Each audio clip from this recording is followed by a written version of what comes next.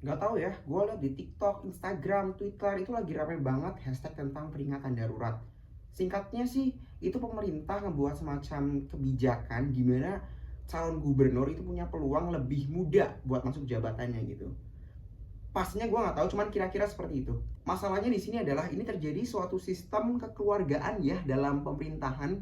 Maksudnya jabatan satu keluarga, jabatan dua keluarga, jabatan tiga keluarga, dan ini menimbulkan banyak kontra di kalangan masyarakat. Makanya kemarin gak heran banyak banget mahasiswa yang demo. Salah satunya video yang sempat viral tuh anak-anak Trisakti yang ngebobol pintu di gedung DPR ya. Kalau dari gua pribadi jujur lumayan takut sih untuk Indonesia Emas 2045 karena ya dari awal juga udah kayak gini. Atas-atasannya ada main dan pastinya untuk ke depan bawah-bawahannya akar-akarnya juga bakal ada main juga. Gua itu cinta Indonesia, gua itu lahir di sini, gua pengen berkembang di sini dan gua juga pengen mati di sini. Nah, pemerintah tapi malah seakan-akan kayak bikin gue benci gitu loh. Sempat juga ada kepikiran apa gue pindah aja ya ke Jerman, negara tujuan berkembang di sana dan tetap di sana karena agak kurang meyakinkan nih di sini. Nah terus kalian bilang mana bisa lu ke Jerman, jauh banget itu, ngerti gue blueprintnya, gue punya kenalan 2 tahun lah, gue bisa ada di sana gitu. Tapi amit-amit lah jangan sampai gue punya pemikiran sebenci itu sama negara ini.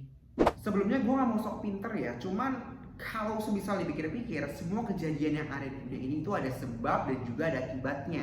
Nah, makanya video kali ini gue pengen sharing kalian sebuah ilmu khusus untuk membedah penyebab terjadinya suatu peristiwa di masa lalu dan memprediksi kemungkinan yang akan terjadi di masa depan. Ini akan sangat berguna buat lo untuk mengambil sebuah keputusan, minimal sedia payung lah sebelum ujian ya, entah itu dalam politik, entah itu dalam memilih calon presiden, calon gubernur, atau bahkan percintaan, atau bahkan planning ke depan ya. Dan ini polanya kira-kira sama untuk membedah dan juga memprediksi. Nah ini udah cukup jernih ya karena gue pakai kamera belakang. Kalian bisa lihat di sini ada sebuah segitiga dengan 3 pilar yang berbeda. Ada tren, ada naratif, dan juga ada fundamental. Gua namakan ini the golden triangle atau segitiga emas atau segitiga keberuntungan.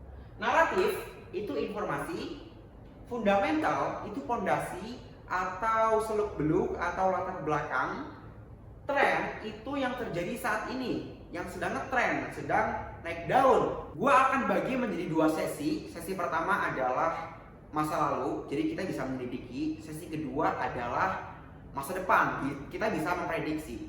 Yang pertama kita bahas masa lalu terlebih dahulu. Gua bakal ambil contoh studi kasus paling sederhana. Ada anak namanya Budi. Budi ini dapat nilai bagus ulangan ya. Budi ini dapat nilai yang bagus saat ulangan. Kok bisa Budi dapat nilai yang bagus? Karena waktu itu Budi itu dapat informasi ya, dapat informasi yakni pengumuman ujian. Pengumuman ujian. Karena ada pengumuman ujian, fundamentalnya yaitu belajar.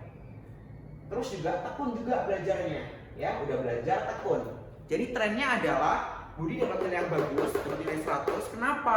Karena dia dapat informasi pengumuman ujian. Makanya fundamentalnya dia jauh-jauh hari itu belajar dengan tekun, dengan giat hingga mendapatkan nilai yang bagus.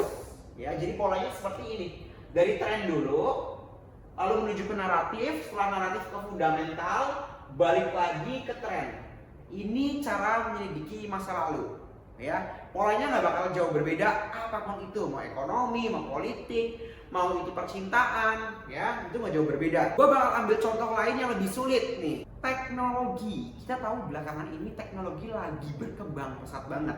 Entah itu AI, jual beli online, blockchain, kripto, dan segala macam, pokoknya lagi pesat lah. Ini maksudnya sebuah tren. Teknologi berkembang, ya. Trennya seperti itu.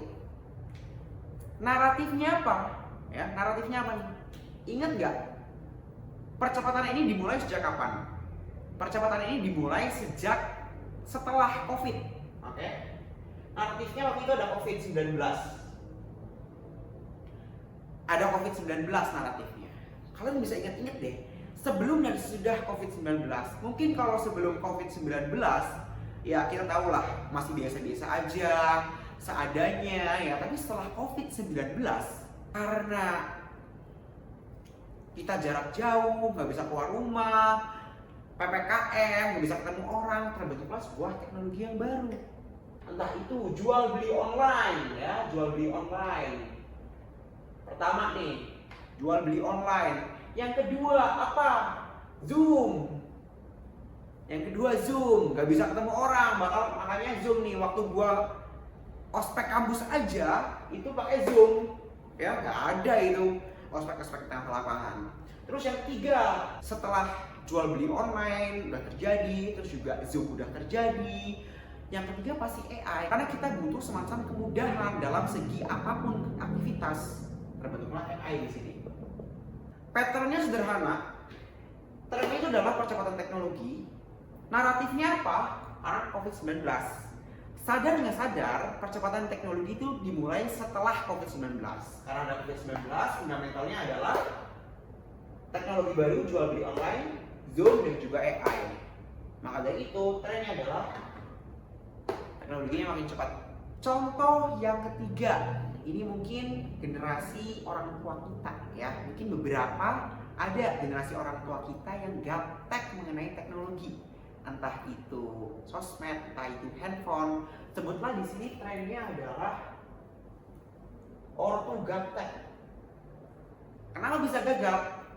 Di tahun 1990-an, di tahun 2000-an, di tahun 2000 belasan muncul sebuah fenomena baru dari teknologi, yakni pertama tahun 2000-an internet. Lalu tahun 2000 belasan muncul juga sosial media.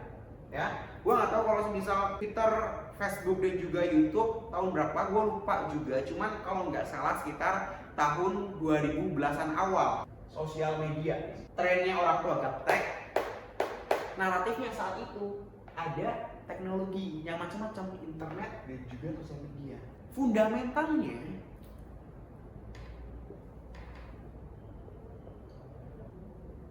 mereka no respon atau tidak mempelajari dari tren tersebut, dari naratif tersebut. Makanya kalau misalnya dilihat patternnya lagi, orang tua yang gaptek saat ini yang tidak mengerti sosial media dan juga internet, karena waktu itu di tahun 1990-an dan di 2000-an atau 2010-an muncul sebuah teknologi yakni internet dan juga sosial media, naratifnya, tapi mereka tidak merespon dari segi fundamental. Makanya menjadi orang tua yang gaptek. Patternnya juga lagi-lagi sama, dari tren ke naratif fundamental. Itu cara untuk menyelidiki masa lalu, ya, penyebab terjadi sesuatu di masa lalu. Sekarang kita masuk ke sesi memprediksi masa depan. Di masa depan ini terbalik. Kita dimulai dari naratif, setelah itu ke fundamental, setelah itu ke tren. Di sesi sebelumnya kita udah ngebahas kalau semisal orang tua yang gagap teknologi pada saat ini itu dikarenakan saat ada naratif tahun 2000-an dan juga tahun 2010-an, yakni teknologi-teknologi kayak internet dan juga sosial media, dalam fundamental mereka tidak mempelajari atau tidak merespon. Nah, sekarang adalah kita memprediksi masa depan. Kuncinya di sini naratif, ya teman-teman. Kita dikelilingi oleh AI dan juga blockchain saat ini. Naratifnya teknologi AI dan juga blockchain. Nah, di sini kuncinya ada di fundamental.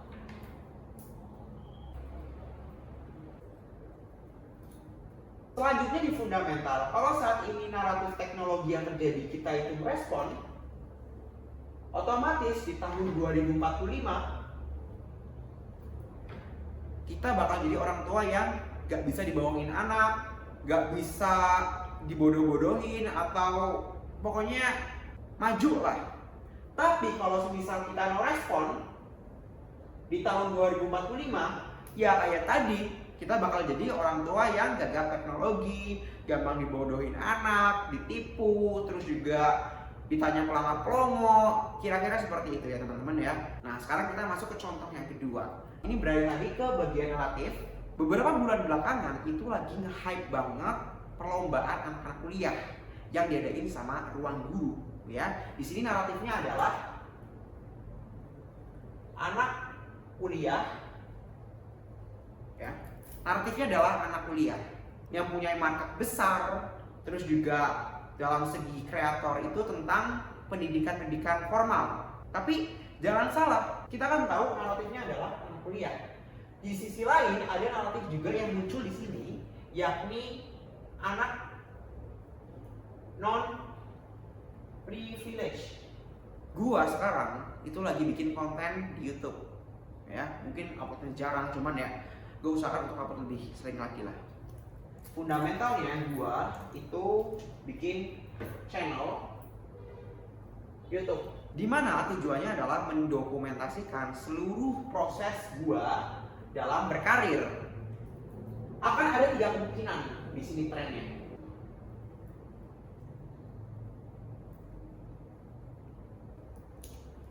Akan ada 3 kemungkinan. Kalau misal gua gagal, gua akan malu besar. Selama gua berkarir, ternyata teori gua salah. Anak non privilege ternyata emang harus gagal. Itu kalau misal kemungkinan pertama gua gagal, gua akan malu besar. Di sini ada bukti dokumentasi palsu. Tapi kalau gua menjadi rata-rata, ya seperti orang pada kelas umumnya, kelas menengah lah kita bisa bilang, minimal itu akan jadi bahan cerita ke keturunan gua nanti. Nah itu anak, nah itu cucu, bahwasanya pernah loh gue Ariel berkarir dari titik non privilege menjadi titik yang rata-rata. Tapi kalau misal gue sukses banget, ya, kalau gue sukses banget, akan ada pola di sini. Pembuktian anak non privilege juga bisa sukses banget. Gue akan jadi bintang dan terkenal satu Indonesia. Gue bisa janji itu. Jadi yang pasti untuk memprediksi masa depan, kuncinya dalam naratif. Setelah itu beralih ke fundamental, terus juga ke tren. Yes, gue tahu konten-konten seperti ini kurang menarik engagement ya, karena emang sengaja di sesi vlog gue itu konsepnya mentah. Tapi kenapa gue sharing seperti ini? Karena ya terserah, karena gue punya channel itu pertama ya. Bercanda.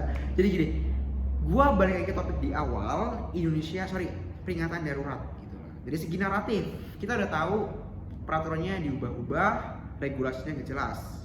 Dari segi fundamental, rakyat itu koar-koar, terjadi politik dinasti. Dan dari segi tren yang akan terjadi nanti 2045, pertanyaannya adalah bakal terwujud atau enggak gitu. Karena kalau gue pribadi ya